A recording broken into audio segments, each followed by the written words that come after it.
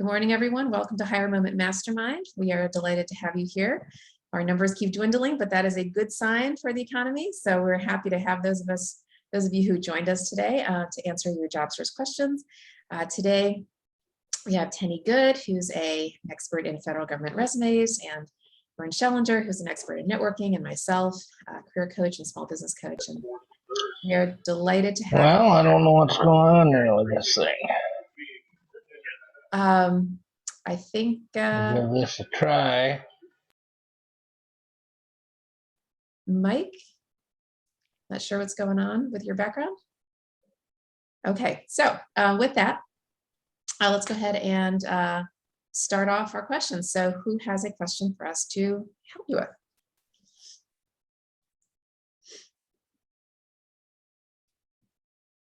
Oh, Mike. I gotta see if I can get it back up again. So I'll get 100 here, maybe try this. Mike, do you have a question? Mike, you need to unmute yourself.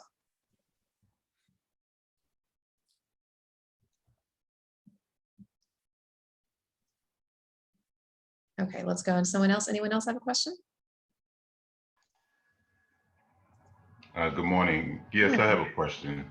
I've been on a recent interview for a role, and then I have another interview coming up this next week.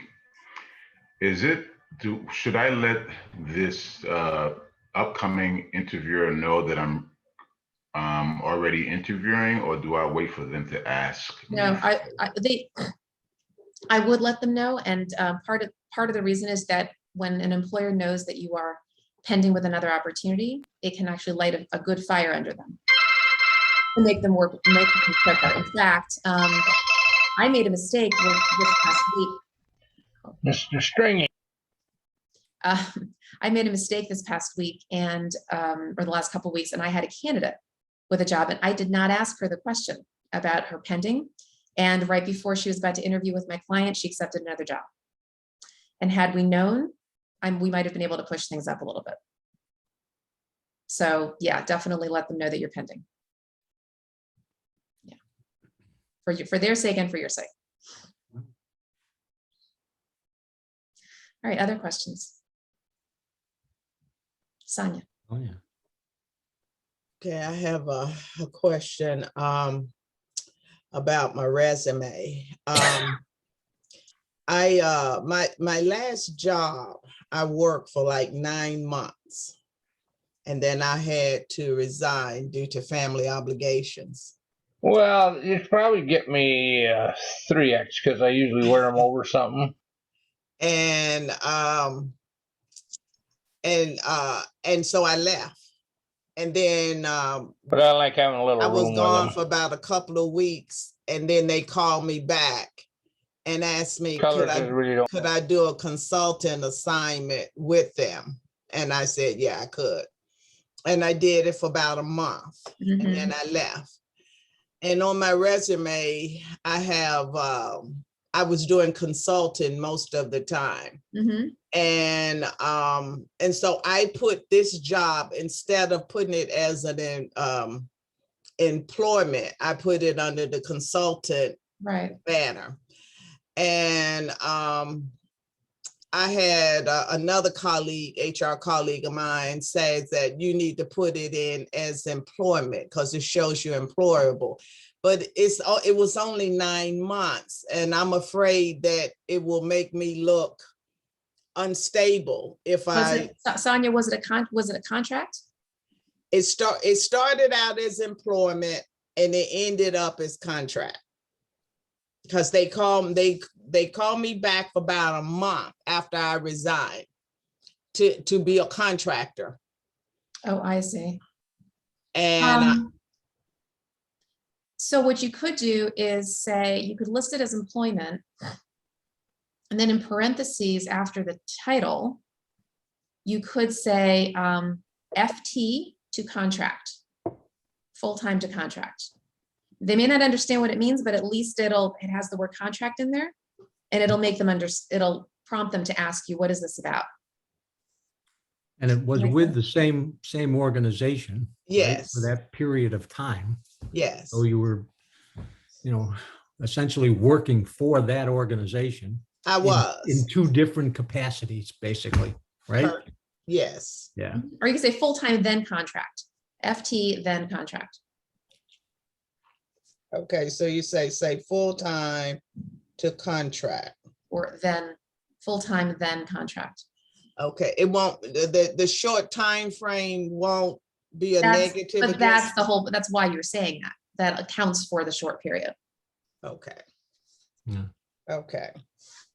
Sounds good.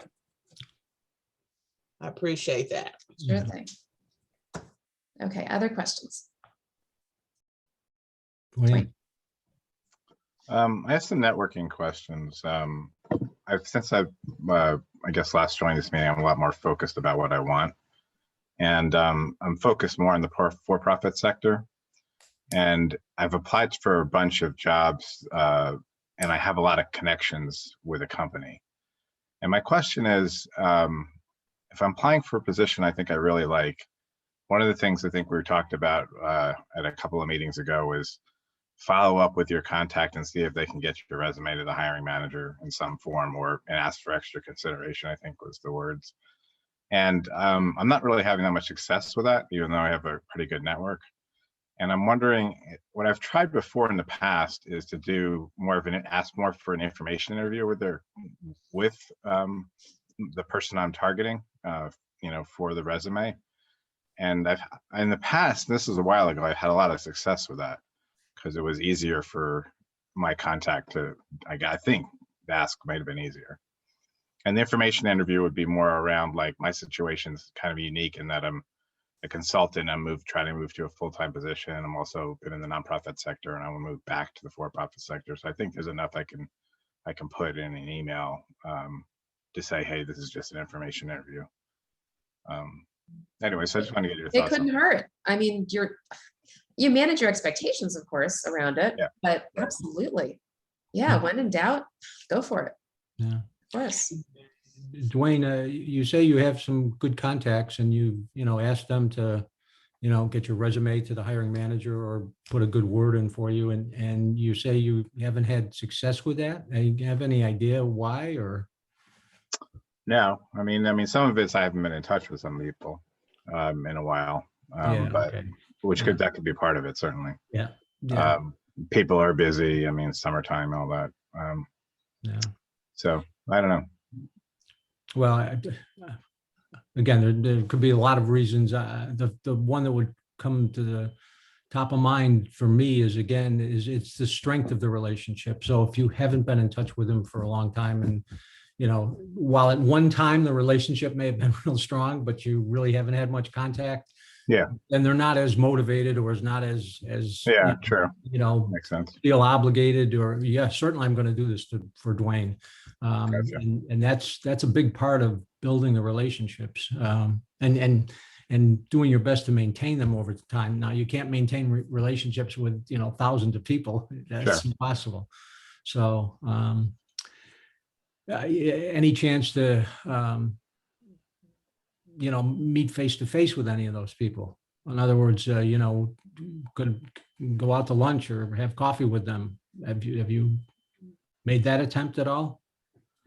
No, I hadn't thought about that. And I go out just to catch up, or what do you? Well, you've already contacted somebody. They know you're applying, within their organization. Right. And you have nothing to lose to reach out and say, per our last conversation, I'm really still interested in XYZ, organization. Any chance that, we could grab lunch or have a cup of coffee and you could tell me a little bit more about the organization? Because I can tell you just having the face-to-face personal interaction can make a difference too, in terms of definitely creating the building the relationship.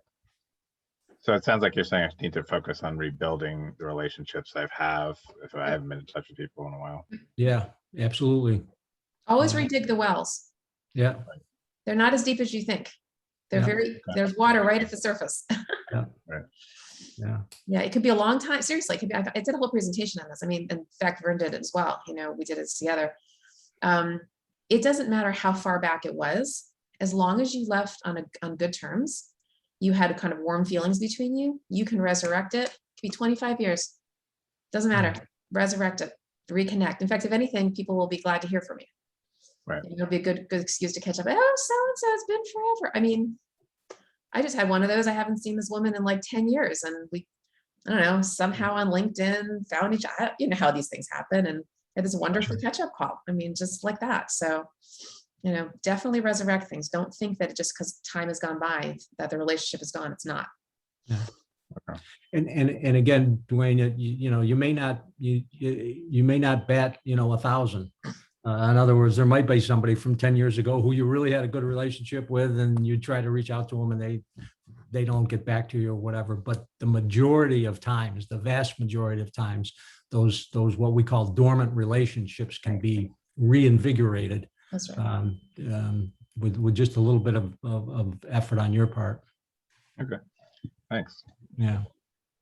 Sonia. I have another question. There's a company that they have a job out that I'm very interested in, and I don't know a soul there. I've gone through LinkedIn. It's one of the big GovCons, and in this particular business line, the space unit. First of all, let me just say, does anybody know anybody in SAIC space unit that they could introduce me? If the answer is no, that's okay. But my question is, I looked up and I saw who the CHRO, who the VP of HR, and I thought about just sending a blind message that, you know, I was interested. I have about a decade of experience in the SATCOM industry, where we were SATCOM provider, actually launched satellites and so forth. And so this business unit interests me. And like I said, I went through the LinkedIn. I don't know a soul. Is it even realistic that I can get some kind of response if I just send a blind communication to the CHRO or the VP or whoever? What do you all think? Well, look, again, manage your expectations. Okay. If you are going to go in blind, obviously do what we always talk about. Customize your resume. Every little bit you can to use their keywords, not yours. Okay. That's number one. Number two, look, Sonia, in your particular case, you're in the HR community. So I would network around to see who you know that knows this person. Yeah. It's a very small town. Likely than not, you've got some degree of separation to that person, you know, and ask your colleagues, ask your HR colleagues if they know this person. That's what for you in particular. Okay. I would do that. Yeah. Okay. Yeah. I could send out a email blast on that. Yeah. Yeah, and I guess just to add to Shira's point, you know, manage your expectations. You have nothing to lose. Why not try to reach out to them if there's a job there, you know, and obviously, best case scenario, you get a response, and that, you know, then you can begin a conversation. So.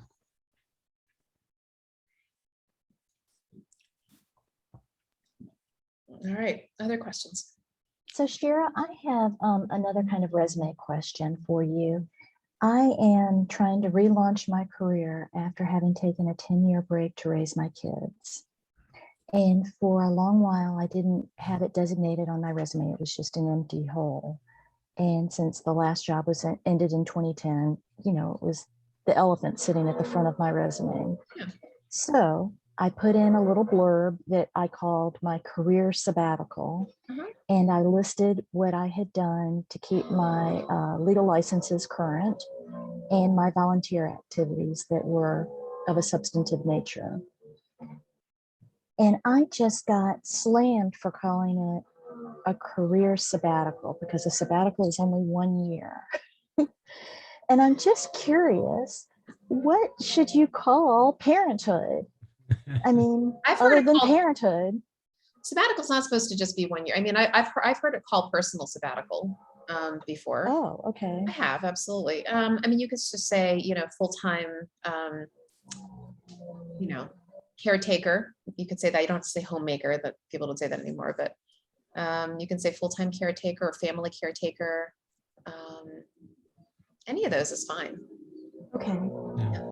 I don't think that's, yeah. I just didn't want to pick a fight with anybody for calling it, you know, Yeah, well, sabbatical, which I thought was creative. I like And that. I like it.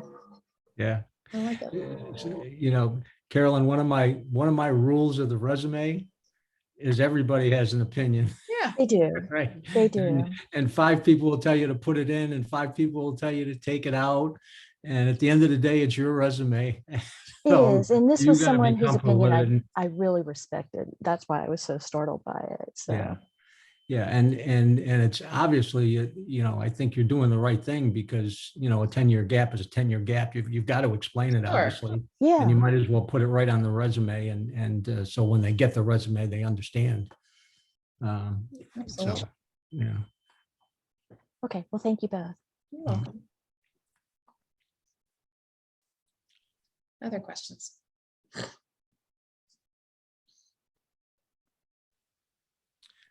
Just going back to Carolyn's last question, have you, I'm guessing there's probably articles, there's probably, you're not the only person, you know, who motherhood has, you know, interrupted the career. Any chance to network, find information about, you know, what have other women done to re-enter the job market after parenthood? There might be some helpful tips for you there, or that type of thing. Yeah, you could just Google return to the workforce. Yeah, there's a couple of groups that focus on that. One is I Relaunch, one is Flexible Professionals. Good. Yeah. And I'm parts of those different groups. I'm not so anxious to get a part-time job, which is one avenue back. Yeah. Just financially, I need to do a full-time job. Yeah. And I'm finally at the position where I can. Yeah. So, but you're right. And I even did a LinkedIn post about how I'm a better potential candidate because of my time at home, how I'm much better than I was at an earlier point in my career because of all of my newfound skills as a mom. Right. Yeah. And Carolyn, can I ask, are you capturing those newfound skills as a mom on your resume? I know in the past, I helped a lot of military spouses that did the same thing. They didn't work for decades because they were following their active duty family member around. But, you know, we would work on their resume and the fact that every day you wake up, you know, vertical, you learn a skill and you have experience. It's just a matter of capturing that. I always said domestic engineers have great, you know, collaboration skills, budgeting skills, conflict management skills. I mean, there's a lot to be captured, whether you're a stay-at-home parent or a full-time caretaker. I mean, there's definitely ways to capture those skills without leaving it as a 10-year blank. Right. And my challenge, Tenny, is I don't want to knock off all my good tax professional experience to put in a lot of that. I'm having a hard time keeping it to 2 pages. Okay. And so I would love to have a whole section on these new skills, and it pushes me into 3 pages. That's okay. Carolyn, these Just days, do it. no big deal. No big, trust me on this. Let me, and say this can sound ridiculous. Okay. I'm going to say, think of it this way. Do you think that if you're qualified for a job, that an employer is going to screen you out because you have 3 pages on your resume? Think about it. I hope not. Yeah. No, but I mean, really think about it. They're not going to do that. If you're qualified, you're qualified. The only reason why we've had this like 1 page, 2 page thing is the throwback to pre-digital, if you can think that far back, right? When no recruiter wanted to read a resume that was more than a couple pages. And that's why we had a cover letter. It covered the resume, right? And now everything's digital and everybody's scrolling, but we still have this mental image. Oh, can't be more than 2 pages. That's ridiculous. Now, don't do 5 unless it's the government or CV for education, but normal private sector, 3 pages, no big deal. Yeah. I've even seen people go longer than that a little bit. So it's fine. Thank you, Jenny. That would be That's a what it good needs to say. a good section for me to add. So thank you. Absolutely. Yes, you're welcome. And typically, the more senior the person, the more likelihood, it can go to 2.5 pages or 3 pages. It's just, I mean, you've got all of this experience, and sometimes early in your career, you may have worked for, you may have had some fabulous accomplishment. Now, again, it's maybe, 10, 15 years ago, but still it's an accomplishment that shows skills. If you had a great, accomplishment in the tax arena, where it was a, just a big accomplishment, you'd want to include that.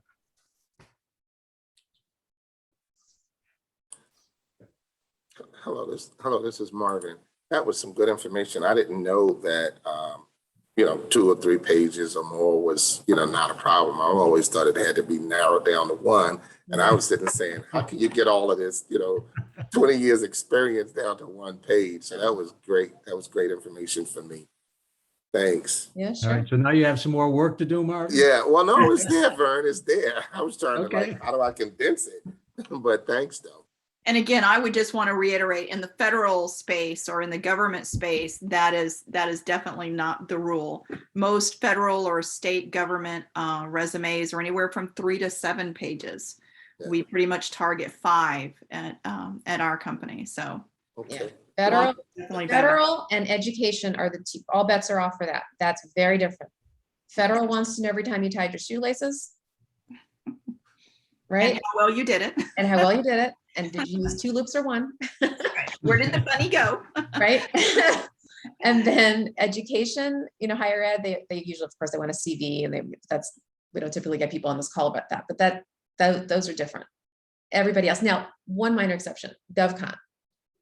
So in GovCon, if they're submitting your resume to the government, then they will often want a longer resume. That is the other exception. Not if you're working for headquarters, but if you're like being submitted for a contract.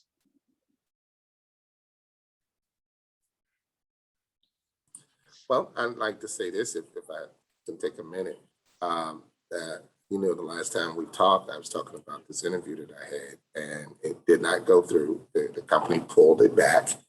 And so that's off the table. So, but I'm encouraged and still feel good about, applying. So I'm working with a job seeking service, and just trying to get set up and redo the resume and redo my LinkedIn profile so that it can kind of give it that pop. So those are some things that I'm trying to do that's a little different this week. I just wanted to report that. Yeah, good. Good for you. Thanks. Yeah. And for what it's worth, guys, I have a new video on my website, and it actually does a little bit of resume review. And let me go ahead and show you guys where it is. Give me just a moment. I actually did it for the San Francisco chapter of PMI, the Project Managers Institute. So it's got a project manager flavor to it, but of course it's applicable to everybody. So if you go to purposefulhire.com, go to the job seeker tab, Share speaks to job seekers. It's the second one, got branding, make your resume and LinkedIn pop. Okay, so the first part goes over some sort of resume ideas. And then the second part is all about LinkedIn and networking and that kind of thing. So hope you guys find that helpful. All right, other questions? Mike. Yeah, I have one kind of in the vein that you were just talking about with the shoelaces and the bunny and all that. The government space I've been considering, but it's kind of a foreign land for me. But along those lines of the detail and things like that, I did hear somebody a couple of months ago say something to the effect of even put on activities like homeowners association. Is that legitimate? Tenny? Is it legitimate? That's such a multi-sword. Yes. No, in my- on because it's, to me, just being in the corporate world, no one would ever do that. Yeah, I mean, some people do that on the resumes. I mean, I'll let Shira definitely speak to the private sector. I mean, I know from an HR point of view, I think it depends on the culture of the company.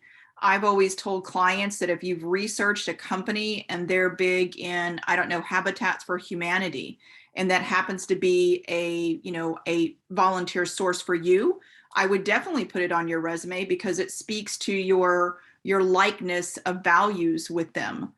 So I would encourage that. On a federal resume, I have not seen that very much, Mike, because again, as you know, if you're looking at those USA job announcements, they're very specific on their KSAs and their qualifications. And if you don't have the professional experience to bring to the table to meet that 12-month specialized experience threshold, I would think you would use that, but that would be really kind of grasping at straws in my opinion. So I wouldn't necessarily see those on federal resumes. No. Does that help? Yeah, and I agree with you, like on the, shall we say, like larger organizations, like Habitat or anything like that, I completely agree. But this person was saying something to the effect of homeowners association, sorority president, things like that. And I was just kind of shocked. Anyway, and I would go to that it's not necessarily about the title of what you've done in your volunteer work, but it's kind of like what we were just talking about with Caroline. It's what you've done in that. So for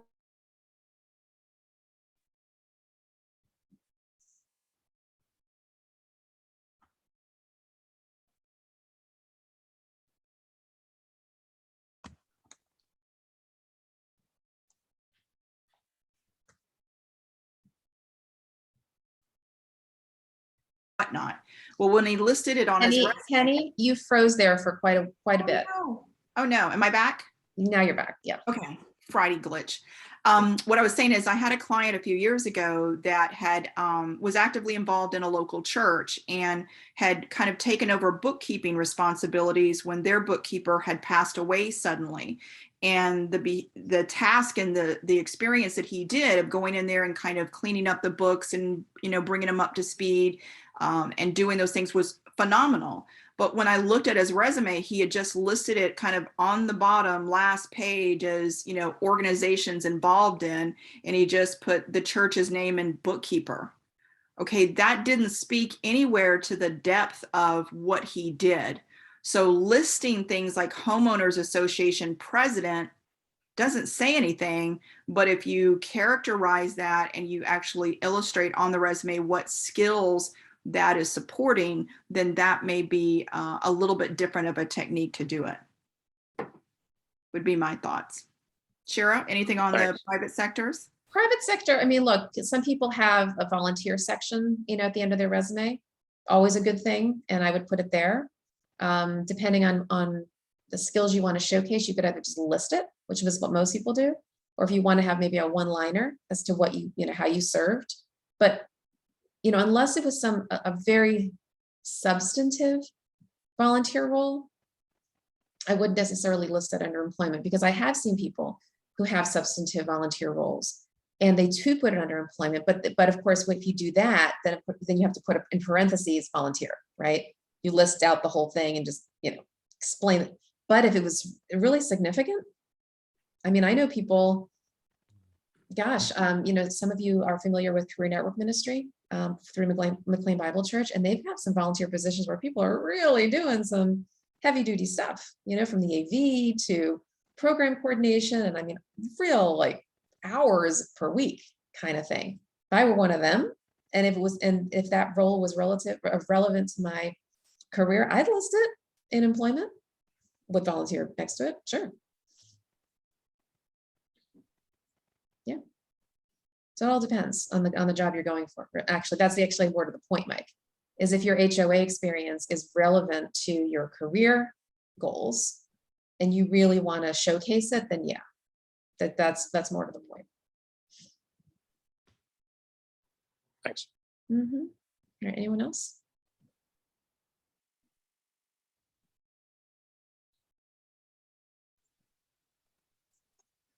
Dwayne? I have a couple more networking questions. The first one is, when I was again going through my network, I'm networked to some contacts who have very high level contacts, like at COO, CEO, senior VP level. Mm-hmm. And my question is it worth targeting those folks for like information interviews to try? Again, it can't hurt. Can Okay. only help. You never know who's going to say yes.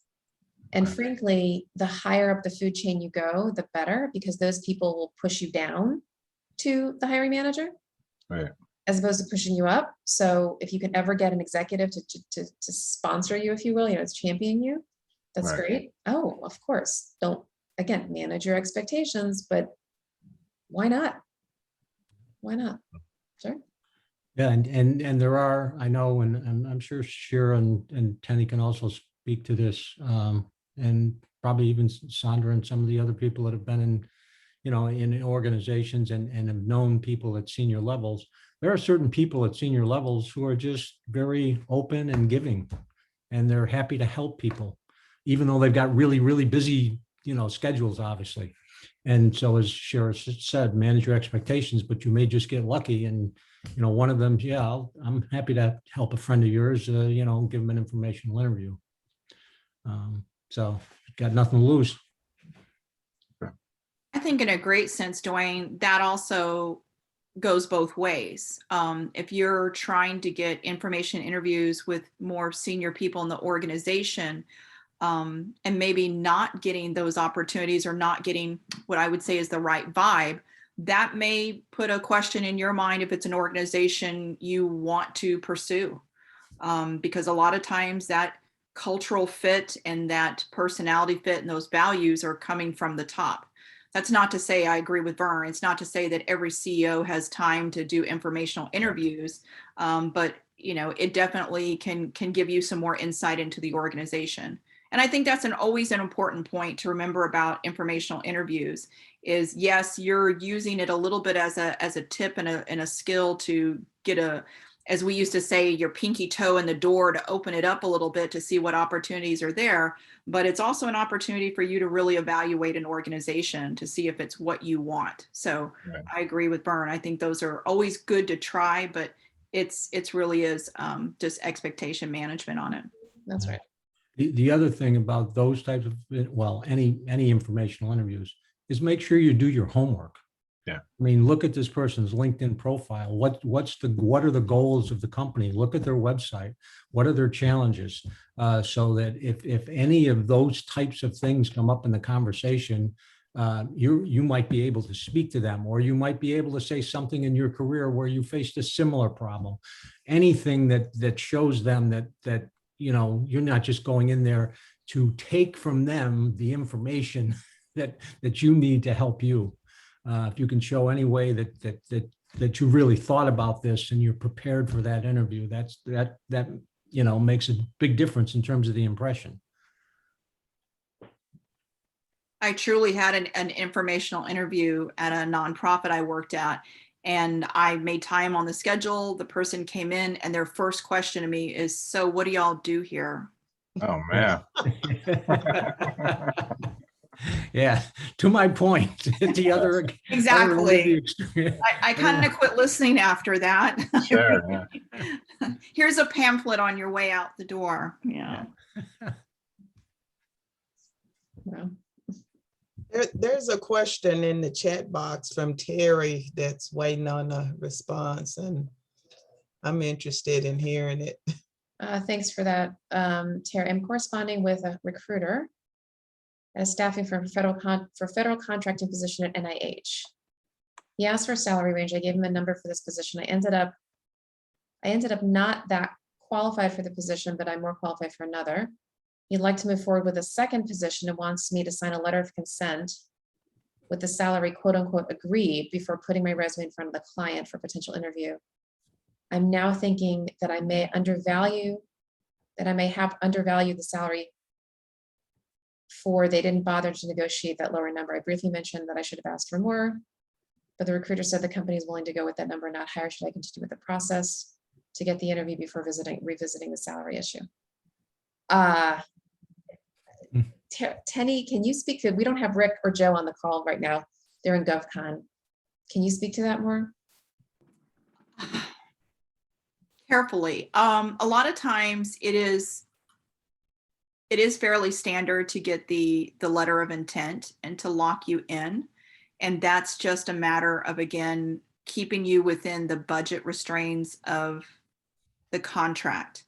That doesn't mean that the company that's hiring you for that contract may not be able to negotiate your salary, because at the end of the day, they're your employer, not NIH. You're going to be working for a contractor that has the contract with NIH.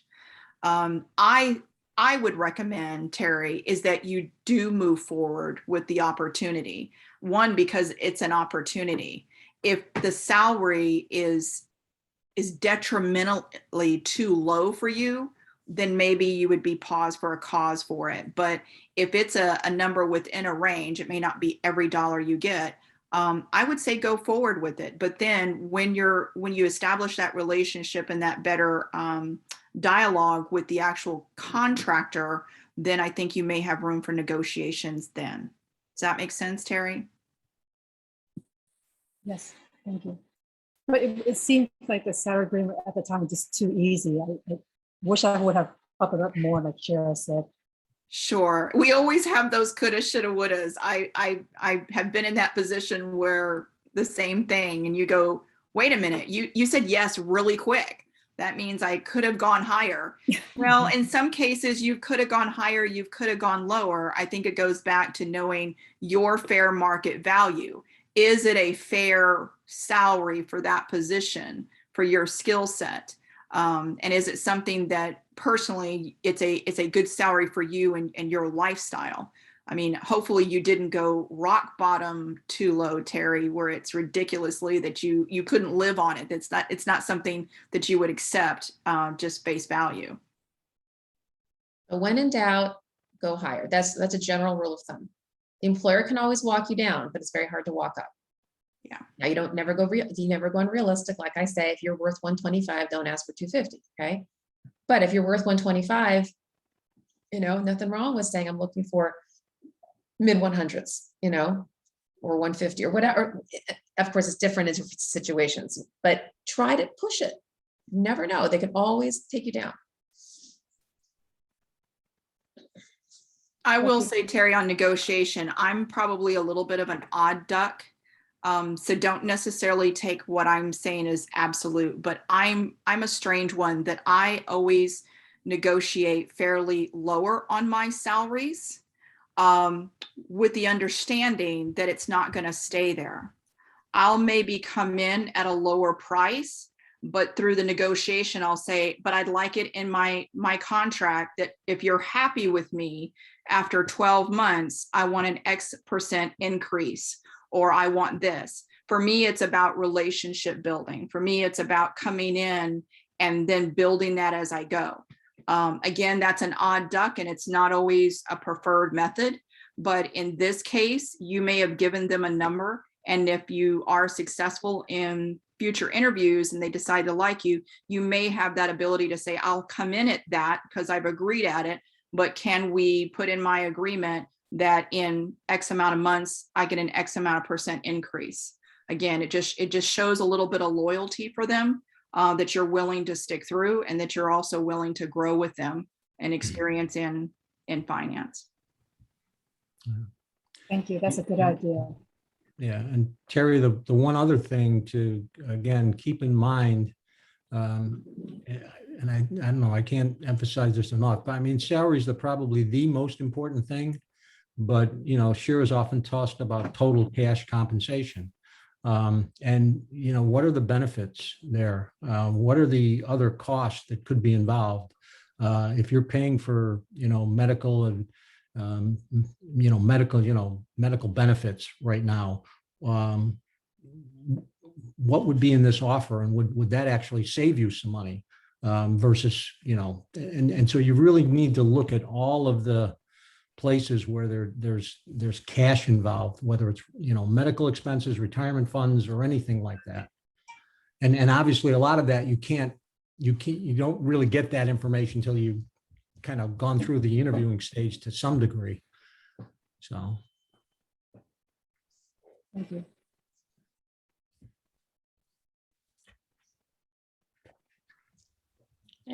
Dwayne? Yeah. So yeah, another networking question.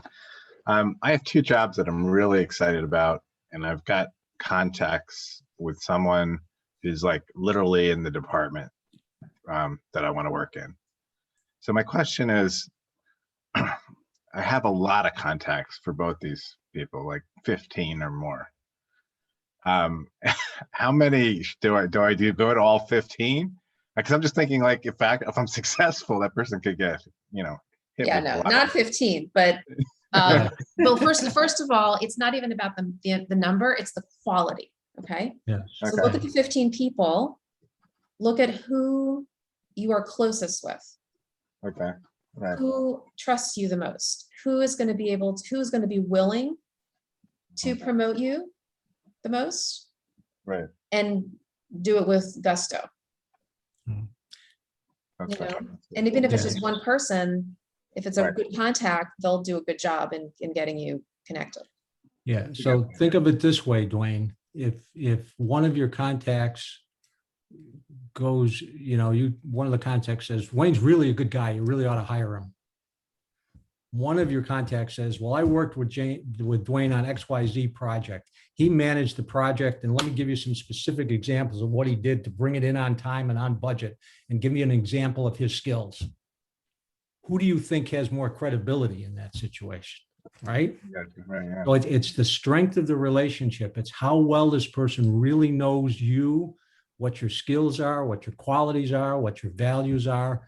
If they can speak to that, that's a much stronger endorsement than Dwayne's a good guy. I like him, right? Sure, that makes sense. Yeah.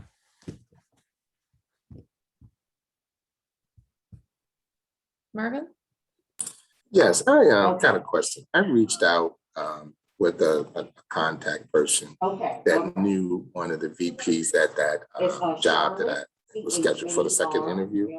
And right after that person that I know reached out to the VP, they pulled the job. Do you think that could have had something to do? I mean, well, they not just canceled the interview, they actually pulled the job off, and like organizations not even hiring anymore. Do you think maybe I reached I got in front of the person, perhaps? Should I have reached out, or shouldn't I have reached out? I just want to kind of hear your thoughts there. Vern, do you want to tackle this? You're on mute. Vern, you're on mute. There was some background noise there. I didn't quite. Yeah, and I'm sorry, I muted everybody because there was background noise. Marvin, I might have, Sorry about that. I think you're in a public place. That's probably why. Yeah, I was saying, Vern, I reached out to a contact of mine that knew one of the VPs at the company, and right after he contacted the VP, the company pulled the job. Oh. Should I have reached out, or do you think maybe I got in front of somebody, cart before the horse? Marvin, didn't you say that the job was pulled, period? Yes, it's pulled, period. So I think it was coincidental. Okay. I think there's just time. Are they really coincidence? Yeah, because I mean, I don't think it's about you, Marvin. Okay, thanks. No. Okay, there's a million reasons why the job could have been pulled. Okay. Yeah. All right, because I don't know, my head was saying I got in front of, I put the cart in front of the horse. Then my head was like, okay, you're not trusting God. And I kind of went down that whole road. Yeah. Okay, yeah. Always important. Sonia's saying, yeah. Always important to get, again, to get an internal champion. We talk about that all the time. Always go for that. Yeah. Okay. Okay. Yeah. They All right. didn't turn you. It wasn't that they turned you down. It's that they pulled the job. Right. Right. That's different. Okay. Okay. All right. That gives me a little peace. Yeah. Nothing to do with you. Yeah. I had 2 questions, both on the interview part. So I had an interview. I had an internal champion that forwarded my resume. I was able to get in. I got an interview with the hiring manager, who then set me up with an interview with their direct reports, which I went through. I was just trying to understand or see if having an interview with the hiring manager, who then had me interview with direct reports, is that any indication that I'm moving in the right direction, or that doesn't matter?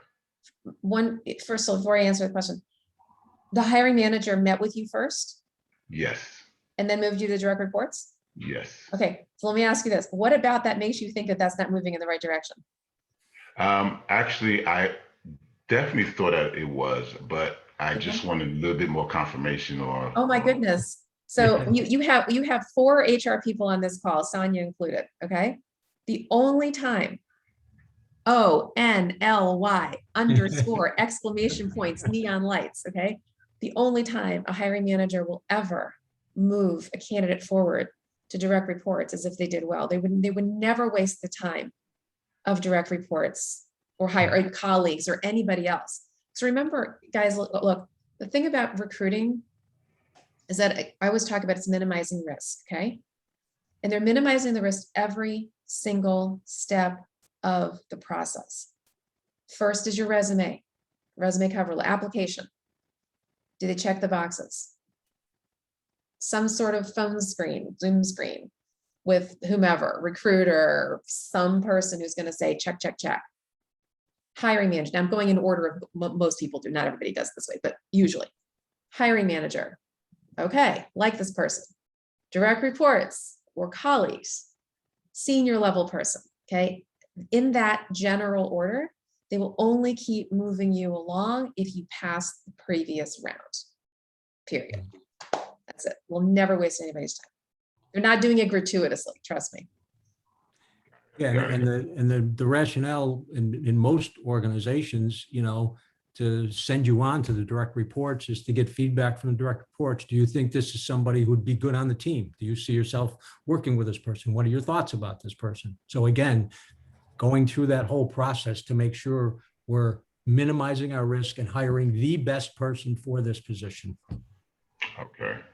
And the other question I had was with regards to what I thought was going to be an informational interview, an informational session coming up, in where I had another internal champion who referred me to a role at a different company, and the hiring manager, you know, gave me a call and said, hey, you know, or actually texted me and said, hey, you know, you have time to chat. So I said, sure. And he set up a time to chat, but when he sent the invitation, he let me know that it's going to include 3 other folks. I'm not sure who they are. I guess part of the team, but it sounds like it's more than an informational session and more of like, is this, you know, are you a good fit session because maybe you were referred to by an internal champion. That's great. Yeah. That's all positive. And by the way, try to get the names of those people. Yeah. Okay. I'll send a note out today. Yeah. And if you can't get the names of the people when the call, or is it face-to-face or is it Zoom or? It's actually audio. So that's why I thought it was just informational. Okay. Well, if it's a phone call, I would hope the other people would identify themselves and make sure you've got a, you know, pen and paper and you're writing names down and potentially titles and stuff. So, you know who you're talking to as you go through this. So. Okay. Yeah.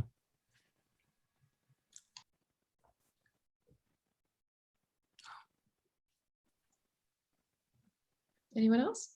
Dwayne? Yeah. So I have a situation with a job I applied for about a month ago. I liked it. I had one of my contacts has contacted a high level contact in there in the department. The job, I never heard from the company, but the job got reposted 2 days ago. So my question is, it's like I can't reapply, I'm assuming, because my application's already there. Like, what do I just like leverage my network and try to get more people? So I have a lot of contacts with this big contact who runs the department. So do I go that route to try to almost and say, you know, get my resume in front of the right people kind of approach? Yeah, that's the whole point of an internal champion, is to get your resume airlifted out of the applicant tracking system. Okay. If your resume did not check off the keywords, you're not getting interviewed unless somebody airlifts it out, period. That's just the way that it goes. So you can say to your internal person, look, my resume did not get screened in. It might be because I didn't customize it the right way, but I really feel like I have the skills. Is there anything you can do to get me extra consideration? Right. So let me just be clear. I don't have an internal contact. I have a lot of people who have contacts with probably one of the hiring managers for this position. Same. Yeah. Same. Just do it that way. You know, hey, John, Right. recently applied for a job at XYZ company. I understand you know Mary, who's the hiring manager there. And then say that, you know, I might have gotten screened out because my resume might not have appealed to them, but really I feel like I have the skills. Can you, you know, get me extra consideration? Okay. Dwayne, the other thing is if that's the case, then go back and again look at the job posting and look at your resume, and you know, are there things that you know you do need to tweak or maybe emphasize more based on that particular position? Okay. Yeah, and you could reapply. I mean, there's no harm in that. If you need more customization, you recognize it, then do it. Yeah, I guess I was assuming the systems would already know, because they're all these HR things. You have to do a login and password pretty much for a lot of these applications. Right, but you should be able to resubmit. Yeah. Really? Oh, okay, I didn't know that. Yeah, if they've reposted the position. Yeah. You know, they went. Who knows why? There's again hundreds of reasons why they reposted the position, but they've reposted it. It's kind of like, okay, we're starting this process all over again. Yeah. But sometimes you can't, it won't go through. Okay. Sometimes unless you change just everything, you change your email. Once your email is in and you post for that one position, sometimes it won't let you repost again. I have dealt with that on many ATS, and I don't, you know, I don't specialize in talent acquisition, so I can't tell you every nuance to it, but sometimes it don't. And at that point, if I wanted to repost, I would have to go in and reach out to one of the talent acquisition people. That's what I do. What I mean, do you have another option, Shira? Outside of using a different email, I don't know. Yeah, just try it. Try reposting. If it doesn't work, you could reach out to the recruiter. They're really busy. I don't know if they're going to get back to you. But again, absent of all of that, then you know, use that internal champion, or you know, the person who can get you the internal champion. Yeah, I mean, I guess the way the systems work, I mean, when you suggested reapplying, what I've seen some of the systems do is they let you swap out resumes and cover letters. But even if I did that, I don't know if they would necessarily notice. Well, that's a good point. That's a very good point, because they've already sourced, and if they see your name, that's right, they may just say, "Oh, we've already screened this guy." Right. Yeah. Right. Yeah. Nothing like going around the system and getting a relationship going. Okay. Great. Thank you. Yeah. All right. Anyone else?